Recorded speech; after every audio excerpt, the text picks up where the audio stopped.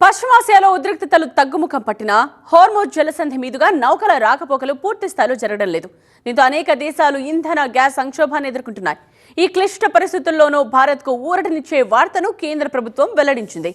భారత్కు అవసరమైన ఎల్పీజీ సరుకుతో వస్తున్న 2 భారీ నౌకలు సురక్షితంగా హార్మోజ్ జలసంధిని దాటాయి. మార్షల్ ఐలాండ్ జెండాతో ప్రయాణిస్తోన్న సెహ్మీ నౌక భారత్ కోసం 19,965 మెట్రిక్ టన్నుల ఎల్పీజీని తీసుకొస్తోంది. ఈ నౌక రేపు గుజరాత్లోని కాండ్లా రేవుకు చేరుకుంటుందని అంచనా వేస్తున్నారు.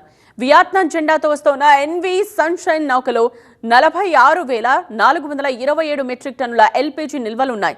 24 మంది విదేశీ సిబ్బందితో కూడిన ఈ నౌక మే 18న కర్ణాటకలోని న్యూ మంగళూరు పోర్టుకు చేరుకోనుంది.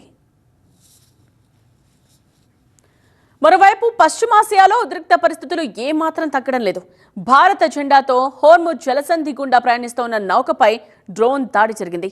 దాడిలో రవాణా నౌక హాజీ అలీ మునిగిపోయింది. డ్రోన్ దాడి కారణంగానే ఈ ప్రమాదం జరిగినట్టు భావిస్తున్నారు.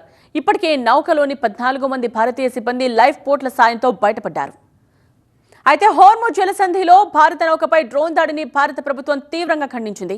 అంతర్జాతీయ జలాల్లో వాణిజ్య నౌకలపై దాడులు చేయడం ఆమోదయోగ్యం కాదని స్పష్టం చేసింది. పశ్చిమాసియా ఉద్రిక్తతల కారణంగా హార్మోజ్ జలసంధి లాంటి కీలక సముద్ర మార్గాల్లో నౌకల ప్రయాణం ప్రమాదకరంగా మారింది. గతంలోనూ ఇక్కడ కొన్ని భారతీయ నౌకలు ఇలాంటి సవాళ్లను ఎదుర్కొన్నాయి.